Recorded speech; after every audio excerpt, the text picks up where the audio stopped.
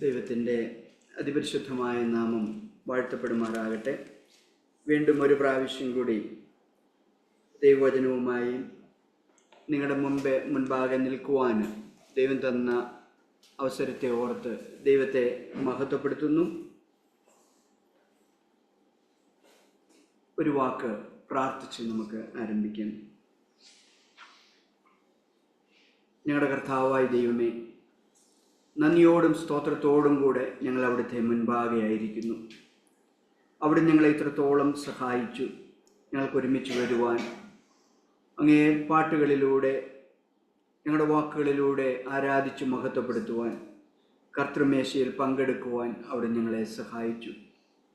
കർത്താവെ, ആരാധനയിൽ തുടർന്നും അവിടെ ഞങ്ങളെ സഹായിക്കണമേ. അവിടുത്തെ വചനത്താൽ ഞങ്ങളെ പോഷിപ്പിക്കണമേ. കർത്താവെ, അവിടുത്തെ വചനം അയച്ച് ഞങ്ങളെ പണിയണമേ എന്ന് ഞങ്ങൾ അങ്ങയോട് ചോദിക്കുന്നു. കർത്താവെ, വചനം ഞങ്ങളുടെ അടുത്തേക്ക് വരുമ്പോൾ ഹൃദയം തുറന്ന് അത് സ്വീകരിക്കുവാനുള്ള കൃപ അവിടുന്ന് ഞങ്ങൾക്ക് നൽകണമേ. കർത്താവെ, അടിയനെയും അങ്ങ് ബലപ്പെടുത്തണമേ. പരിശുദ്ധാത്മാവിനാൽ അഭിഷേകം ചെയ്ത് ആത്മാവിൻ്റെ ശക്തിയാൽ വചനം പ്രഘോഷിപ്പാൻ തക്കവണ്ണം അടിയനെ ബലപ്പെടുത്തണമേ എന്ന് ഞങ്ങൾ പ്രാർത്ഥിക്കുന്നു. എല്ലാറ്റിലും അവിടുത്തെ നാമത്തെ മഹത്വപ്പെടുത്തുവാൻ ഉള്ള കൃപ ഞങ്ങൾക്ക് തരണമേ എന്ന് കർത്താവായ യേശു ക്രിസ്തു വഴി പിതാവേ ഞങ്ങൾ അങ്ങയോട് ചോദിക്കുന്നു. ആമേൻ.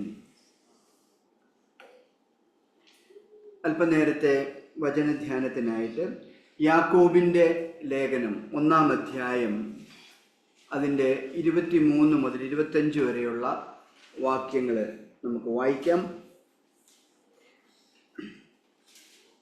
ഞാൻ ഇന്ന് നിങ്ങളോടുകൂടെ ചിന്തിക്കുവാൻ ആഗ്രഹിക്കുന്നത് ദൈവവചനം അത് വെളിപ്പെടുത്തി തരുമ്പോൾ നമ്മുടെ ജീവിതത്തിലുണ്ടാകുന്ന ഫലങ്ങൾ, റെവലേറ്ററി ഇഫക്ട്സ് ഓഫ് ഗോഡ്സ് വേർഡ്.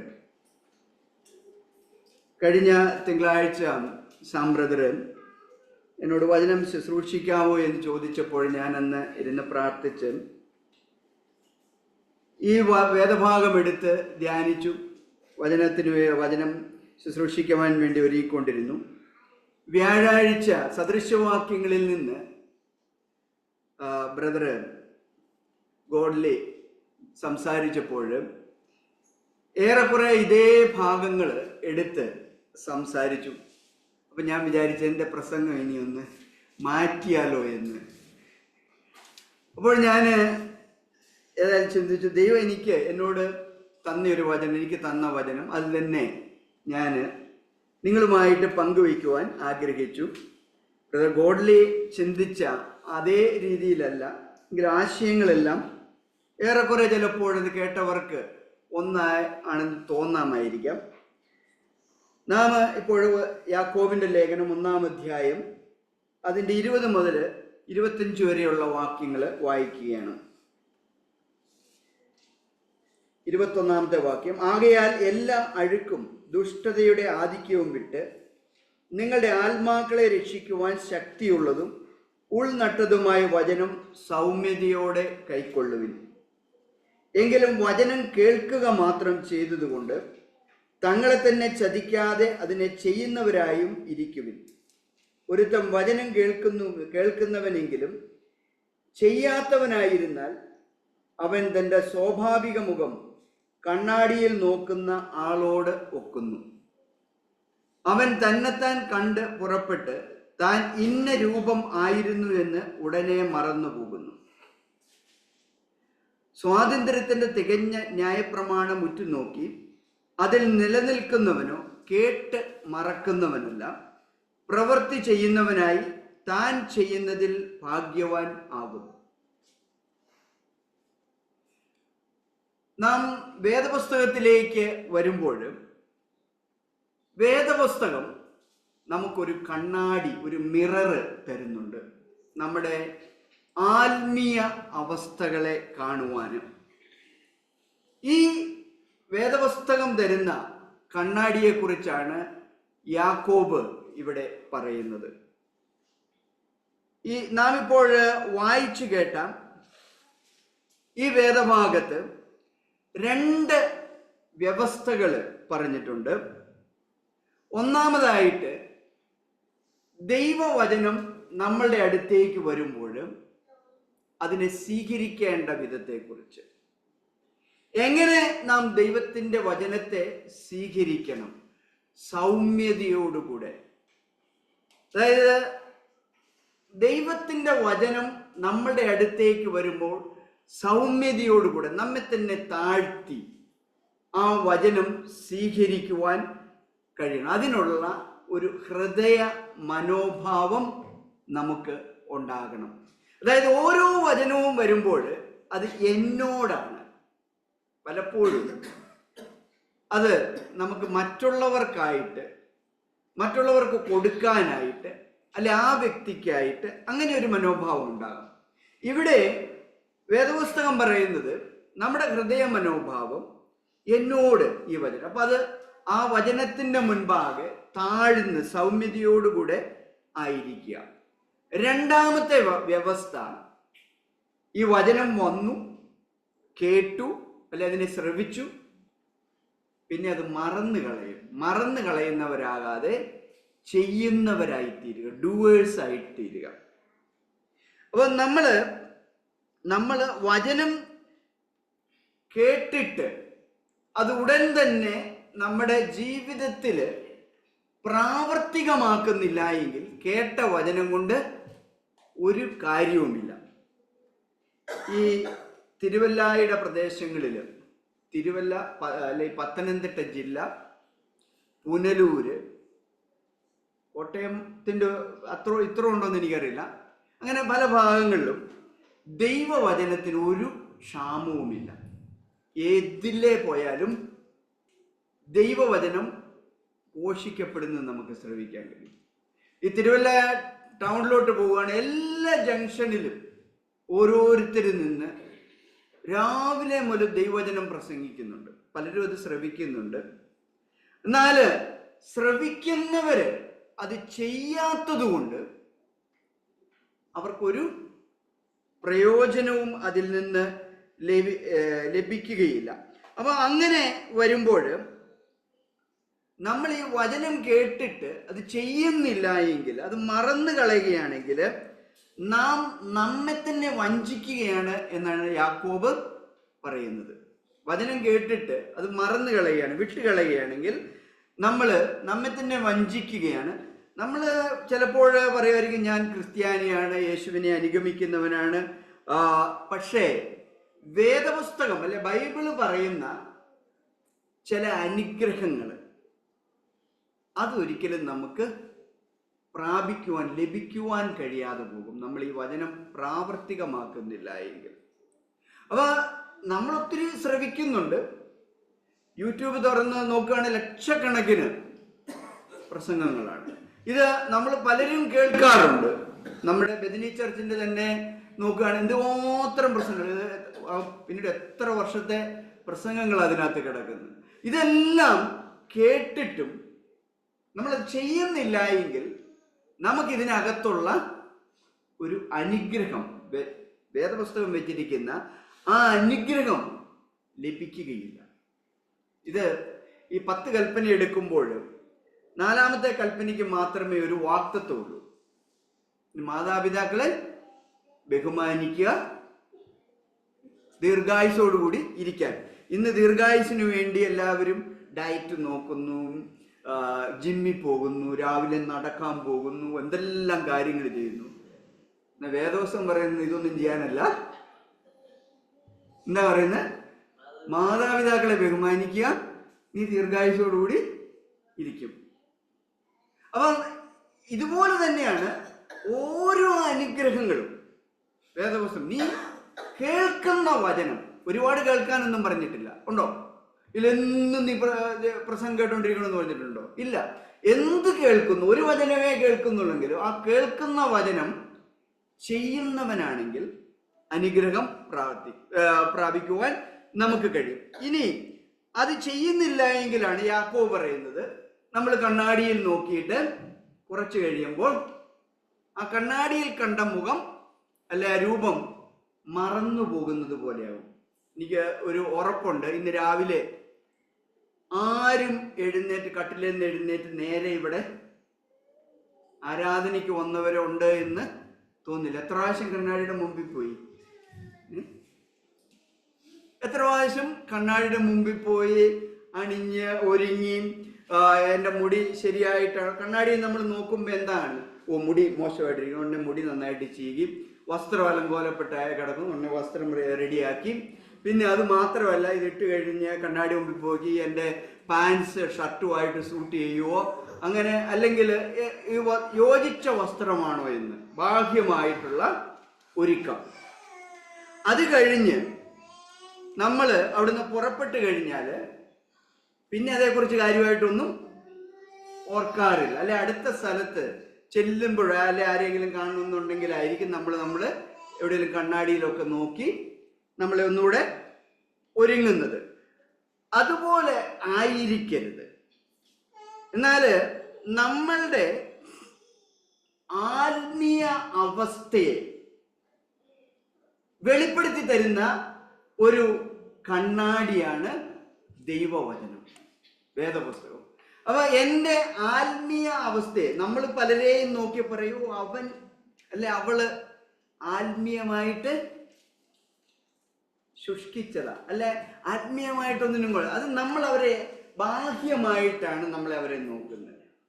പക്ഷേ ഈ ആത്മീയമായിട്ട് അവർക്ക് അവരെ തന്നെ കാണണമെങ്കിൽ വേദപുസ്തകത്തില് ദൈവവചനത്തിലേക്ക് നോക്കിയാൽ മതി. അതുകൊണ്ടാണ് എല്ലാ ദിവസവും ദൈവവചനം ഭക്ഷിക്കണമെന്ന് പറഞ്ഞിരിക്കുന്നത്. നാം ആഹാരം എന്തിനാ കഴിക്കുന്നത്? ശരീരത്തെ ബലപ്പെടുത്തി നിർത്തുവാൻ വേണ്ടിയാണ്, ശരീരത്തിന് ആരോഗ്യം ഉണ്ടാകാൻ വേണ്ടിയാണ്, ശരീരം വളരുവാൻ വേണ്ടി ആ ഭക്ഷണം കഴിക്കും. അതുപോലെ തന്നെയാണ് വേദപുസ്തകം നമ്മോട് പറയുന്നത്, ദൈവത്തിന്റെ വചനം അനുദിനം നാം ഭക്ഷിച്ചാൽ മാത്രമേ, ആ കണ്ണാടിയിൽ നാം നോക്കിയാൽ മാത്രമേ നമ്മുടെ ആത്മീയ അവസ്ഥ വെളിപ്പെട്ടു കിട്ടുകയുള്ളൂ. അപ്പൊ നമ്മളുടെ ആ ആത്മീയ അവസ്ഥ നാം മനസ്സിലാക്കുന്നില്ലെങ്കിൽ ഓരോ ദിവസവും നാം ശുഷ്കിച്ച് പോയിക്കൊണ്ടിരിക്കും ആത്മീയ ജീവിതത്തിൽ. കാരണം നമ്മുടെ ആത്മീയ അവസ്ഥ നമുക്ക് വെളിപ്പെട്ട് കിട്ടുന്നില്ല. അപ്പൊ ദൈവവചനത്തിന്റെ ഒരു പ്രത്യേകത എന്താണെന്ന് ചോദിച്ചു കഴിഞ്ഞാൽ, ഞാനൊരു ഈ പാട്ട് പുസ്തകത്തിൽ നിന്നൊരു പാട്ടെടുത്ത് വായിക്കുകയാണെങ്കിൽ ഇത് വായിച്ചു ഞാൻ മടക്കി വെച്ചു. അല്ല, ഒരു നോവൽ ഇവിടെ ഇരിക്കുകയാണെങ്കിൽ അതെടുത്ത് വായിച്ചു, ആ നോവല് ഞാൻ മടക്കി വെച്ചു. ഒരുപാട് നോവലുകളുണ്ട്. ആ നോവലെല്ലാം എടുത്ത് വായിച്ചതിന് ശേഷം അത് മടക്കി വയ്ക്കും. എന്നാൽ വേദപുസ്തകം ഒരാൾ വായിക്കാൻ തുടങ്ങിയാൽ, ഞാൻ ഈ പുസ്തകം വായിക്കുന്നതിനനുസരിച്ച് ഈ പുസ്തകം എന്നെയും വായിക്കാൻ തുടങ്ങും. അതാണ് ഇതിൻ്റെ ഏറ്റവും വലിയൊരു സവിശേഷത. അതുകൊണ്ടാണ് ഇത് ആത്മീയ കണ്ണാടിയായി, ദൈവത്തിന്റെ കണ്ണാടിയായിട്ട് നമുക്ക് തന്നിരിക്കുന്ന കണ്ണാടിയായിട്ട് മാറുന്നത്. അപ്പോൾ വേദപുസ്തകം ഞാൻ വായിക്കുമ്പോൾ അത് എന്നെയും വായിക്കും. വേറൊരു പുസ്തകവും, ലോകത്തിലുള്ള വേറൊരു പുസ്തകവും, നമ്മളുടെ വേദപുസ്തകം ഒഴിച്ച് ഒരു പുസ്തകവും നമ്മെ വായിക്കുന്നില്ല. അപ്പൊ നമ്മളെ ഈ വേദപുസ്തകം വായിച്ചു കഴിയുമ്പോൾ നമ്മളോട് ചില കാര്യങ്ങൾ വേദപുസ്തകം പറയും. അത് പറയുമ്പോൾ നാം അത് ചെയ്യുന്നതിനാണ്, വചനം കേട്ട് മറന്നു കളയാതെ ചെയ്യുന്നവരായിരിക്കാൻ യാക്കോബ് നമ്മോട് പറയുന്നത്. അപ്പൊ നമ്മള് ഒരാളെ വിധിക്കുകയാണെങ്കിൽ, അല്ലെ ഒരാളെ ഒന്ന് അളന്ന് നോക്കുകയാണെങ്കിൽ, അത് മാനുഷികമായിട്ട് നമുക്ക് ചില അളവുകോലുകളൊക്കെ ഉണ്ട്. നമ്മുടെ അളവുകോല് ഇപ്പൊ സഭയിലാണെങ്കിൽ എല്ലാ ഞായറാഴ്ചയും ആരാധനയ്ക്ക് വരുന്നുണ്ടോ, കൂട്ടായ്മയിൽ പങ്കെടുക്കുന്നുണ്ടോ, പിന്നെ നമ്മൾ വേണേ ആ വ്യക്തിയെ വേറെ കുറെ ധാർമ്മിക നിയമങ്ങൾ, കള്ളു കുടിക്കുന്നുണ്ടോ, അല്ലെ അങ്ങനെ ചെയ്യുന്നുണ്ടോ, ഇങ്ങനെ ചെയ്യുന്നുണ്ടോ, ഇതൊക്കെ ആയിരിക്കും നമ്മുടെ അളവുകോൽ. അത് മാനുഷികമായിട്ടുള്ള ഒരു അളവുകോലാണ്. എന്നാൽ വേദപുസ്തകം മാനുഷികമായിട്ടുള്ള അളവുകോല് വെച്ചല്ല നമ്മെ അളക്കുന്നത്. ഒരു മനുഷ്യന്റെയും കാഴ്ചപ്പാടിനനുസരിച്ചല്ല ദൈവം ഓരോരുത്തരെയും അളക്കുന്നത്. അത് നമ്മൾ ദാനിയേൽ പ്രവാചകന്റെ പുസ്തകത്തിലേക്ക് ചെല്ലുമ്പോൾ 5-ാം അധ്യായത്തിൽ അതിൻ്റെ 24 മുതൽ 28 വരെയുള്ള വാക്യങ്ങൾ നാം വായിക്കുമ്പോൾ ബെൽത്ശസ്സർ രാജാവ് തൻ്റെ വിരുന്നുശാലയിൽ ഇരിക്കുമ്പോൾ ഭിത്തിയിൽ ഒരു കൈപ്പത്തി പ്രത്യക്ഷപ്പെട്ട് അവിടെ ചില വാക്യങ്ങൾ എഴുതി. ആ വാക്യങ്ങൾ രാജാവിൻ്റെ വിദൂഷകർക്ക് അല്ല രാജാവിൻ്റെ കൊട്ടാരത്തിൽ ഉണ്ടായിരുന്ന പണ്ഡിതന്മാർക്കോ ആർക്കും വായിക്കാനോ അത് വ്യാഖ്യാനിക്കാനോ കഴിഞ്ഞില്ല. എന്നാൽ ദാനിയേൽ പറഞ്ഞു, എനിക്ക് അത് വായിക്കാൻ കഴിയും, എൻ്റെ ദൈവത്തിൻ്റെ കൃപയാൽ, ശക്തിയാൽ. അപ്പൊ ദാനിയേൽ അത് വായിച്ചിട്ട് രാജാവിനോട് പറയുന്ന ഒരു കാര്യമുണ്ട്. അതിൽ 24-ാം വാക്യത്തിൽ, ആകയാൽ അവൻ ആ കൈപ്പത്തി അയച്ച് ഈ എഴുത്ത് എഴുതിച്ചു. എഴുതിയിരിക്കുന്ന എഴുത്തോ മെനെ മെനെ തെക്കേൽ ഊഫർസീൻ. കാര്യത്തിന്റെ അർത്ഥമാവിത്. മെനെ എന്ന് വെച്ചാൽ ദൈവം നിന്റെ രാജത്വം എണ്ണി അതിന് അന്തം വരുത്തിയിരിക്കുന്നു. തെക്കേൽ എന്ന് വെച്ചാൽ തുലാസിൽ നിന്നെ തൂക്കി കുറവുള്ളവനായി കണ്ടിരിക്കുന്നു. പെരേസ് എന്ന് വെച്ചാൽ നിന്റെ രാജ്യം വിഭാഗിച്ച് മേദ്യർക്കും പാർസികൾക്കും കൊടുത്തിരിക്കുന്നു. അപ്പൊ ദൈവം അളക്കുന്ന ഒരു അളവുകോലുണ്ട്. ആ അളവുകോലാണ് ഈ വചനം നമ്മുടെ കയ്യിൽ എഴുതി തന്നിരിക്കുന്നത്. ഈ വചനത്തിന്റെ അടിസ്ഥാനത്തിലാണ് ദൈവം നിങ്ങളെയും എന്നെയും അളക്കുന്നത്. അപ്പൊ ദൈവം അളന്നു നോക്കുമ്പോൾ, അല്ലെ ദൈവം നമ്മെ തൂക്കി നോക്കുമ്പോൾ കുറവുകൾ ഉണ്ടെങ്കിൽ ആ കുറവുകൾ നമുക്ക് വെളിപ്പെടുത്തി തരും. നമ്മുടെ നിലവാരം ദൈവത്തിന്റെ നിലവാരത്തിനനുസരിച്ച്, ദൈവവചനത്തിന്റെ നിലവാരത്തിനനുസരിച്ച് എത്തുന്നില്ല എങ്കിൽ ആ കുറവുകളെ നമുക്ക് വെളിപ്പെടുത്തി തരുമ്പോൾ അത് ഏറ്റെടുത്ത വചനത്തിന്റെ മുൻപാകെ നമ്മൾ മുട്ടുമടക്കുമ്പോഴാണ് നമ്മൾ സൗമ്യതയുള്ളവരായി തീരുന്നത്. അപ്പോൾ നമ്മുടെ ആത്മാവിന്റെ കണ്ണാടിയാണ് ഈ ദൈവവചന അല്ലെ വേദപുസ്തകം. അപ്പൊ ഇന്ന് നമ്മുടെ സ്വാഭാവിക ജീവിതത്തിൽ അല്ലെങ്കിൽ നമ്മുടെ അനുദിന ജീവിതത്തിൽ കണ്ണാടി നമ്മുടെ മുഖത്തെ അല്ലെ നമ്മുടെ ബാഹ്യമായിട്ടുള്ള അവസ്ഥയെ വെളിപ്പെടുത്തി തരുമ്പോൾ വചനം നമ്മുടെ ആത്മീയ അവസ്ഥയെ നമുക്ക് വെളിപ്പെടുത്തി തരും. അപ്പൊ നമ്മൾ ഇത് മനസ്സിലാക്കി നമ്മൾ പ്രവർത്തിക്കുന്നു, ഉടനെ പ്രവർത്തിക്കും. നമ്മുടെ മുടിയെല്ലാം വളരെ അലങ്കോലപ്പെട്ട് കിടക്കുകയാണെങ്കിൽ ഉടനെ കണ്ണാടി നോക്കിയിട്ട് അത് ചീകി വൃത്തിയാക്കി, ഇനി അതിന് ഫാഷൻ പോരാന്ന് തോന്നിക്കഴിഞ്ഞാൽ ഉടനെ നമ്മൾ ബ്യൂട്ടി പാർലറിൽ പോയി എത്ര കാശ് വേണേലും മുടക്കി അത് നേരെയാക്കും. എനിക്ക് തോന്നുന്നു എൻ്റെ ശരീരം എത്ര പോരാ എന്ന് നോക്കുകയാണെങ്കിൽ ജിമ്മിൽ പോകും, ഓടാൻ പോകും, നടക്കും. ഇതെല്ലാം നമ്മൾ കണ്ണാടിയിൽ നോക്കി ഇത് മനസ്സിലാക്കി ചെയ്യുന്നതാണ്. അപ്പൊ ഇതെല്ലാം നമ്മൾ അന്നേരം ചെയ്യും, നമ്മൾ കണ്ണാടിയിൽ നോക്കി ചെയ്യുകയാണ്. അപ്പൊ അങ്ങനെയാണെങ്കിൽ നമ്മുടെ മുഖത്ത് ഒരു കുരു വരികയാണ്, അല്ലെ ഒരു പാട്, അയ്യോ എന്തു വെച്ചു, ഉടനെ ഞാൻ ഡോക്ടറുടെ അടുത്തേക്ക് ഓടും. എന്തിനാ? ഈ ഒരു വെള്ള പാണ്ടോ അല്ലെങ്കിൽ ഈ കുരു എന്തിൻ്റെയാണ് എന്നറിയാൻ, അത് ചികിത്സിക്കാൻ, അപ്പോൾ തുടർ നടപടി ചെയ്യുവാൻ വേണ്ടി നമ്മൾ പോകും. ഇത് ചെയ്തിട്ട് നമ്മൾ കൃത്യമായിട്ട് പാലിക്കും.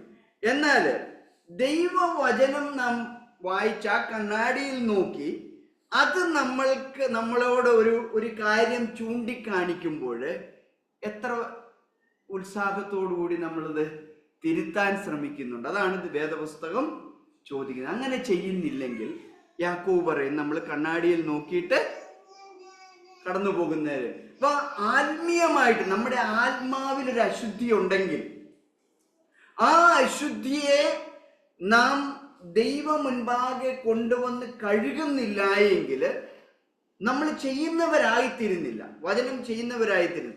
അത് എന്ത് ചെയ്യുന്നു? ക്രമേണ നമ്മളെ ഈ അകത്തു നിന്ന് ക്യാൻസർ ഒക്കെ തിന്നുന്നത് പോലെ തിന്ന് നമ്മളെ ഇല്ലായ്മപ്പെടുത്തി കളയും.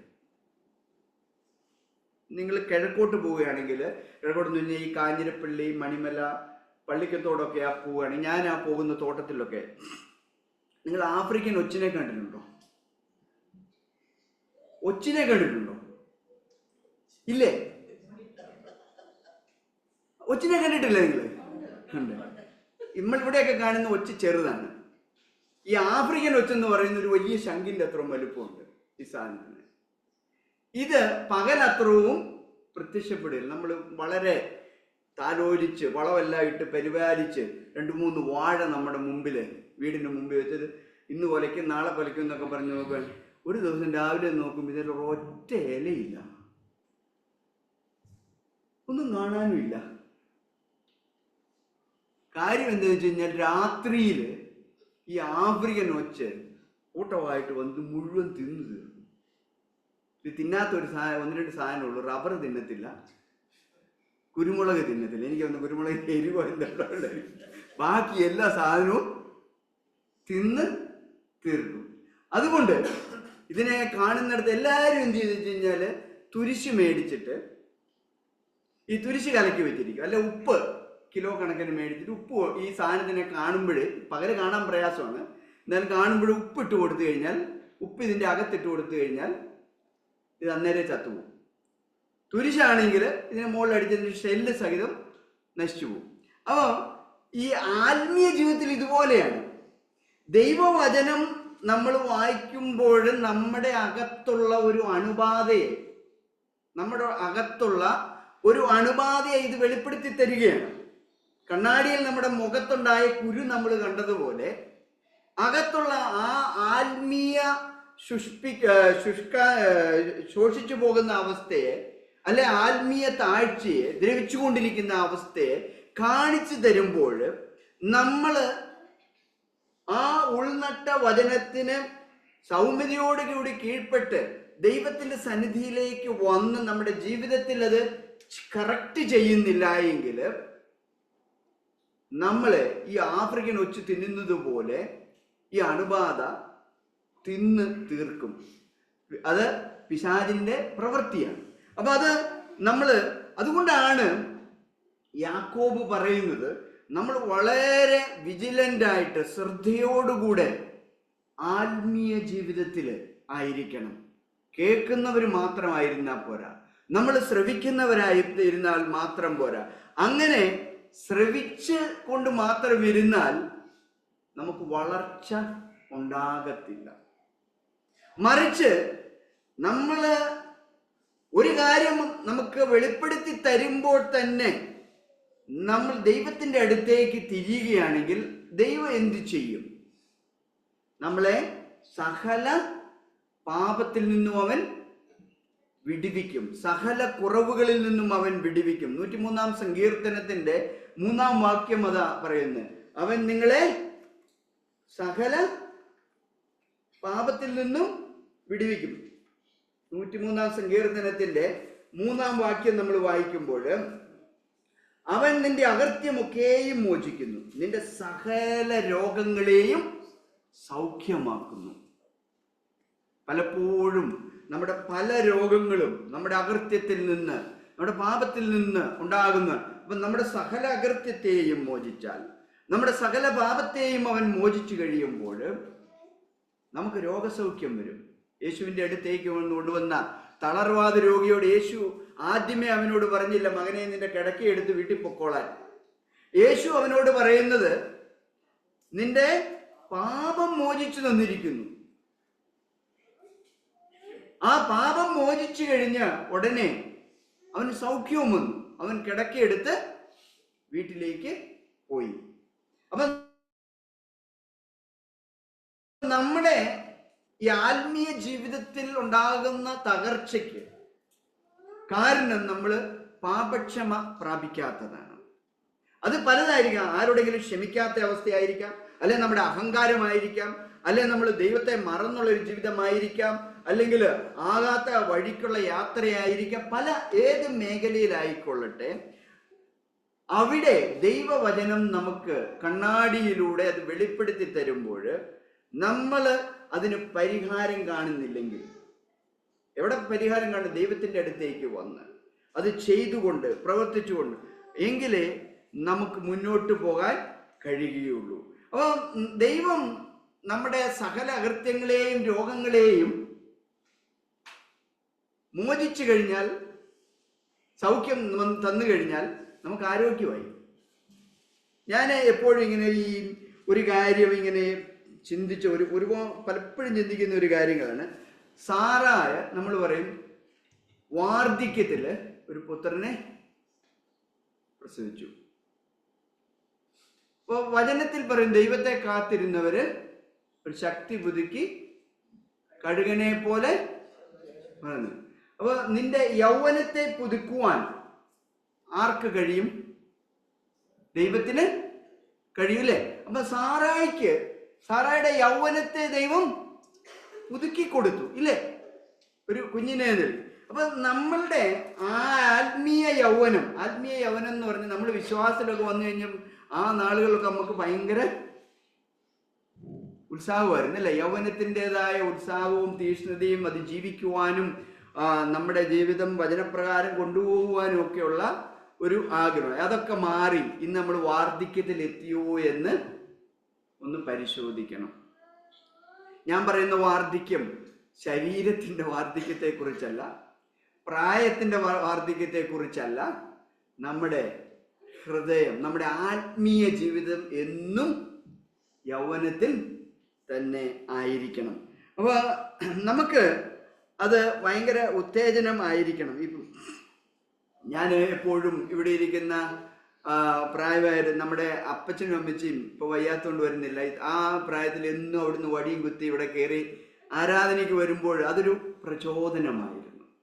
അവർ ആത്മീയമായിട്ട് അവർക്ക് ഇവിടെ പ്രായമായിരിക്കുന്ന ഇട്ടിയങ്കളും ജോർജങ്ങളും ഒക്കെ ശാരീരികമായിട്ട് ഒത്തിരി പ്രയാസങ്ങളുണ്ടെങ്കിൽ അവർ ഞായറാഴ്ച ആരാധനയ്ക്കൊന്നും വരുന്നതിൽ ഒരു മുടക്കവും വരുത്താറില്ല. എന്നാൽ നമ്മൾ അതിലും പ്രായം കുറഞ്ഞവർക്ക് എന്തുമാത്രം ഉത്സാഹമുണ്ട് എന്ന്. അപ്പൊ ആത്മീയമായിട്ടുള്ള ആ ഒരു എരിവ് നമുക്ക് ഉണ്ടാകണമെങ്കിൽ ഈ കണ്ണാടിയിൽ നമ്മൾ അനുദിനം നമ്മളെ തന്നെ ദർശിച്ച് കറക്റ്റ് ചെയ്ത് നമ്മൾ മുന്നോട്ട് പോയി കഴിഞ്ഞാൽ നമുക്ക് നമ്മുടെ ആത്മീയ ജീവിതത്തിൽ വളർച്ച പ്രാപിക്കുവാൻ കഴിയുള്ളൂ.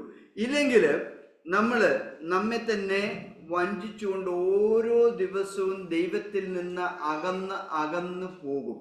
ദാനിയേൽ പ്രവാചകന്റെ പുസ്തകത്തിലെ 5-ാം അധ്യായത്തില് 1 മുതൽ 22 വരെയുള്ള വാക്യങ്ങളിൽ നമ്മൾ വായിക്കുമ്പോൾ നമ്മൾ കാണുന്നു, ബെൽത്തേസ് രാജാവ് തൻ്റെ മഹത്വത്തില് അങ്ങ് പുകഴ്ന്ന് അഹങ്കാരം പ്രാപിച്ച് ദൈവത്തിൽ നിന്ന് അവൻ പൂർണ്ണമായിട്ടും അകന്നു കഴിഞ്ഞപ്പോൾ അവന്റെ അവസാനം എവിടെ ചെന്നു എന്ന് നമ്മൾ ഒന്ന് ചിന്തിക്കേണ്ടിയിരിക്കുന്നു. ഇതുപോലെ തന്നെയാണ് ദൈവമക്കളുടെ ഓരോരുത്തരും, നിങ്ങളുടെ കാര്യമായാലും എൻ്റെ കാര്യമായാലും, നാം ദൈവത്തിൽ നിന്ന് അകന്ന് പോകുന്നത് ഒരു ദിവസം കൊണ്ടല്ല, ക്രമേണയാണ്. അവിടെയാണ് അനുദിനം നമ്മുടെ കണ്ണാടിയിൽ നമ്മൾ നോക്കേണ്ടിയിരിക്കുന്നത്. അപ്പൊ നമ്മൾ കണ്ണാടിയിൽ നോക്കുമ്പോൾ ദൈവം നമ്മുടെ മോശമായ കാര്യങ്ങൾ മാത്രമല്ല വെളിപ്പെടുത്തി തരുന്നത്, നമ്മളെ അലോസരപ്പെടുത്തുന്ന കാര്യങ്ങൾ മാത്രമല്ല, നമുക്ക് പ്രസന്നമായ കാര്യങ്ങളും ദൈവം നമുക്ക് വെളിപ്പെടുത്തി തരും. 2 കൊരിന്ത്യ ലേഖനം 5-ാം അധ്യായം അതിന്റെ 17 മുതൽ 18 വരെയുള്ള വാക്യങ്ങളിൽ പൗലോസ് അപ്പോസ്തലൻ പറയുന്നത്, ഒരുവൻ ക്രിസ്തുവിലായാൽ അവൻ പുതിയ സൃഷ്ടിയാണ്. അവൻ നമ്മളെ അലോസരപ്പെടുത്തുന്ന കാര്യം മാത്രമല്ല, നമുക്ക് പ്രസന്നമായിട്ടുള്ള, നമുക്ക് സന്തോഷം പകരുന്ന, നമ്മുടെ ആത്മീയ ജീവിതത്തിൽ ഉത്തേജനം നൽകുന്ന കാര്യങ്ങളും ഈ കണ്ണാടിയിൽ നമ്മൾ നോക്കുമ്പോൾ നമുക്ക് വെളിപ്പെടുത്തി കിട്ടും. അപ്പൊ ഈ വചനം വായിച്ചു കഴിയുമ്പോൾ ഞാൻ ക്രിസ്തുവില് പുതിയ സൃഷ്ടിയാണ്, ഞാൻ പുതിയൊരു മനുഷ്യനാണ്, എൻ്റെ പഴയത് എന്തൊക്കെ ആയിക്കൊള്ളട്ടെ, എനിക്ക് പഴയതിൽ പുകഴുവാനൊന്നുമില്ല, എനിക്ക് ഒരു സമൂഹത്തിലൊരു സ്ഥാനമില്ലായിരുന്നു, എല്ലാവരും എന്നെ പുച്ഛത്തോടുകൂടി നോക്കിയിരുന്നു, അതൊന്നും ഒരു വിഷയമല്ല. ഞാൻ ക്രിസ്തുവിലെ പുതിയ സൃഷ്ടിയായി, ഞാൻ പുതിയ മനുഷ്യനാണ്. അപ്പൊ എനിക്ക് ഒരു സ്ഥാനമുണ്ട്. അതാണ് എഫെസ്യ ലേഖനത്തിന്റെ ആദ്യ ഭാഗത്ത് പറയുന്നത്. എനിക്ക് ഒരു പൊസിഷൻ, ഞാൻ വീണ്ടും ജനിച്ചതിലൂടെ, യേശുവിനെ രക്ഷിതാവായി സ്വീകരിച്ചതിലൂടെ എനിക്കൊരു പുതിയ പൊസിഷൻ, ഒരു പുതിയ പദവി ദൈവം തന്നിരിക്കുകയാണ്. ആ പദവിയിൽ നിന്നാണ് എൻ്റെ ആത്മീയ ജീവിതം മുന്നോട്ട് തുടങ്ങുന്നത്. അപ്പൊ ആ ഒരു പദവിയെക്കുറിച്ച്, അങ്ങനെയുള്ള ആ പ്രസന്നമായിട്ടുള്ള കാര്യങ്ങൾ നമുക്ക് ഓരോ ദിവസവും നമുക്കത് ലഭിക്കണമെങ്കിൽ നമ്മൾ ഈ ആത്മീയ കണ്ണാടിയിൽ അനുദിനം നോക്കേണ്ടിയിരിക്കുന്നു. അപ്പൊ ഇത് നമ്മൾ ചെയ്തു കഴിഞ്ഞാൽ ആത്മീയമായിട്ട് നമ്മൾ വളർച്ച പ്രാപിക്കും. കാരണം നാം വായിക്കുന്ന ഈ വചനം തന്നെയാണ് നമ്മെ ന്യായം വിധിക്കുന്നത്. യോഹന്നാന്റെ സുവിശേഷത്തില് ഇപ്രകാരം നമ്മോട് പറയുന്നു, ന്യായം വിധിക്കുന്നത് പിതാവാണ്. പിതാവ് 5-ാം അധ്യായത്തില് പറയുന്നു, ന്യായം വിധിക്കുന്ന പിതാവ്, പിതാവ് അത് പുത്രന് നൽകിയിരിക്കുന്നു. പുത്രൻ ഈ ലോകത്തിലേക്ക് വന്നത് ലോകത്തെ കുറ്റം വിധിക്കാനല്ല, ശിക്ഷ വിധിക്കുവാനല്ല, മറിച്ച് രക്ഷിക്കുവാനത്രേ. പിന്നെ ആരാ ന്യായം വിധിക്കുന്നത്? പിതാവ് പുത്രന് കൊടുത്തു. പുത്രന് ലോകത്തിലേക്ക് വന്നത് രക്ഷിക്കുവാനാണ്. എന്നാൽ പുത്രൻ ആ ന്യായം വിധി തന്റെ താൻ സംസാരിച്ചിരിക്കുന്ന വചനത്തിലൂടെ ചെയ്യും. അപ്പൊ ദൈവവചനം എന്ത് ചെയ്യും? നമ്മെ ന്യായം വിധിക്കും. അപ്പൊ അന്തിമ വിധിയില് ഈ വചനം നമ്മെ കുറ്റം വിധിക്കും, ന്യായം വിധിക്കും. അപ്പൊ അതുകൊണ്ട് നമ്മൾ കേൾക്കുന്ന ഈ വചനം, നമ്മൾ ശ്രവിക്കുന്ന ഈ വചനം എപ്പോഴും നാം ചോദിക്കണം, ഞാനിത് ശ്രവിച്ചിട്ട് ചെയ്യുന്നുണ്ടോ? ചെയ്യുന്നില്ലെങ്കിൽ ഈ വചനം എന്നെ ന്യായം വിധിക്കും. അതുകൊണ്ടാണ് യാക്കോബിന്റെ ലേഖനത്തിൽ നിങ്ങൾ അധികം പേര് പ്രബോധകരല്ലേ, പ്രസംഗിക്കരുത്. എന്തുകൊണ്ടെന്ന് കഴിഞ്ഞാൽ പ്രസംഗിച്ചാൽ നിങ്ങളെക്കാളും കൂടുതൽ ശിക്ഷ പ്രസംഗിക്കുന്ന ആൾക്കാർ. ഞാൻ നിങ്ങളോട് പ്രസംഗിച്ചിട്ട് ഞാൻ എൻ്റെ ജീവിതത്തിൽ അനുവർത്തിക്കുന്നത് തീർച്ചയായിട്ടും അത് ശിക്ഷ കൂടുതലായിട്ടുണ്ടെങ്കിൽ, അതുകൊണ്ട് പ്രസംഗിക്കാൻ വരുമ്പോൾ ഏറ്റവും പേടി പ്രസംഗിക്കാൻ. അപ്പൊ നമുക്ക് അത് നിങ്ങൾ കേൾക്കുന്ന നിങ്ങളെയും ന്യായം വിധിക്കും, പ്രസംഗിക്കുന്ന എന്നെയും ന്യായം. അതുകൊണ്ട് വചനം ഇരുവാൾ തല ഉള്ള വാളുപോലെ, മൂർച്ചയേറിയ വാളുപോലെ എന്ന് പറഞ്ഞു കഴിഞ്ഞാൽ അത് ഒരേ സമയം പ്രസംഗകനെയും ശ്രോതാവിനെയും വിധിക്കുന്ന വചനമാണ്. നിങ്ങൾ അത് പ്രസംഗിക്കുമ്പോൾ കേൾക്കുന്നവരെ മാത്രമല്ല, പ്രസംഗിക്കുന്ന ആള്. ഇരുവാൾത്തലയുള്ള വാള് കുത്തിയിറക്കിയാൽ 2 സൈഡും കീറും എന്ന് പറഞ്ഞതുപോലെ നമ്മെ അത് പ്രസംഗിക്കുന്നവനെയും ശ്രവിക്കുന്ന ആളെയും ഒരുപോലെ. അപ്പൊ പ്രിയമുള്ളവരെ, നമ്മൾ ഈ ദിവസങ്ങളിൽ ദൈവവചനത്തിലൂടെ കടന്നു പോകുമ്പോൾ നമുക്കൊരു തീരുമാനമെടുക്കാം. ഞാൻ വായിക്കുന്ന ഈ വചനം എന്നെ വായിക്കുന്നുണ്ട്, ഞാൻ ശ്രവിക്കുന്ന ഈ വചനം അത് എൻ്റെ ഉള്ളിൽ നടുവാൻ തക്കവണ്ണം സൗമ്യതയോടുകൂടി അത് സ്വീകരിച്ച് കേട്ട് വിട്ടുകളയുന്നവരാകാതെ അത് ചെയ്യുന്നവരായിത്തീരാം. കണ്ണാടിയിൽ നോക്കിയിട്ട് നാം എന്തുമാത്രം നമ്മുടെ ബാഹ്യമായിട്ടുള്ള ജീവിതത്തെ ക്രമീകരിക്കുന്നു, അതിൽ എത്ര അധികമായിട്ട് നമ്മുടെ ആത്മീയ ജീവിതത്തെ ക്രമീകരിക്കേണ്ടിയിരിക്കുന്നു എന്ന് വചനം നമ്മെ ഓർമ്മിപ്പിക്കുന്നത്. അത് ചെയ്യുന്നവരായി തീരുവാൻ നമുക്ക് നമ്മളെ തന്നെ ഏൽപ്പിച്ചു കൊടുക്കാം. നമുക്കൊരു വാക്ക് പ്രാർത്ഥിക്കും. ഞങ്ങളെ അതിവാത്സല്യമായി സ്നേഹിക്കുന്ന ഞങ്ങളുടെ കർത്താവേ, അവിടുന്ന് ഞങ്ങളെ എത്രയധികം സ്നേഹിക്കുന്നുവെന്ന് ആരാധനയുടെ ആ ചിന്തയിൽ ഞങ്ങൾ കേൾക്കുവാനിടയായി തീർന്നു. ഒന്നുമല്ലാതിരുന്ന ഞങ്ങളെ കുഴഞ്ഞ ചേറ്റിലും നാശകരമായ കുഴിയിൽ കിടന്നിരുന്ന ഞങ്ങളെ അവിടുന്ന് സ്നേഹിച്ച് ഞങ്ങൾക്ക് വേണ്ടി ക്രൂശിൽ മരിച്ച് ഞങ്ങളോടുള്ള സ്നേഹം പ്രദർശിപ്പിച്ചു. ഞങ്ങളെ വീണ്ടെടുത്ത് ഞങ്ങൾക്ക് ഒരു പുതിയ ജീവിതം തന്നൊരു പുതിയ പദവി നൽകി. കർത്താവെ, ആ പദവിയിൽ നിന്നാണല്ലോ ഞങ്ങളുടെ ആത്മീയ ജീവിതം ഞങ്ങൾ ആരംഭിക്കുന്നത്. കർത്താവെ, അവിടുന്ന് ഞങ്ങൾക്ക് നൽകിയ ആ പുതുജീവൻ, പുതിയ സൃഷ്ടിയുടെ അനുഭവം അത് ഓരോ ദിവസവും ഞങ്ങളുടെ ജീവിതത്തിൽ ഉദ്ദീപിപ്പിച്ച് ഞങ്ങളിൽ അവിടുന്ന് പകർന്നിരിക്കുന്ന ആത്മാവിനെ ഉദ്ദീപിപ്പിക്കുവാൻ തക്കവണ്ണം വചനത്തെ അനുസരിക്കുന്നവരാക്കി പ്രായോഗിക ജീവിതത്തിൽ എല്ലാ ദിവസവും കർത്താവെ ഞങ്ങളുടെ ആത്മീയ മിററായ കണ്ണാടിയായ വചനം ഞങ്ങളിൽ ചൂണ്ടിക്കാണിക്കുന്ന കുറവുകളെ അത് പരിഹരിച്ച് വചനം അനുവർത്തിക്കുന്നവരായി ജീവിക്കുവാൻ അവിടുന്ന് ഞങ്ങളെ സഹായിക്കണമേ എന്ന് കർത്താവായ യേശു ക്രിസ്തു വഴി പിതാവേ ഞങ്ങൾ അങ്ങയോട് ചോദിക്കുന്നു. ആമേൻ. ദൈവത്തിന്റെ സ്നേഹം, പരിശുദ്ധാത്മാവുടെ കൂട്ടായ്മ, സഹവാസം കേട്ട വചനങ്ങളുടെ മേലും പ്രാർത്ഥിച്ച എല്ലാ വിഷയങ്ങളും മേലും എപ്പോഴും ഉണ്ടാകുമാറാകട്ടെ. ആമേൻ.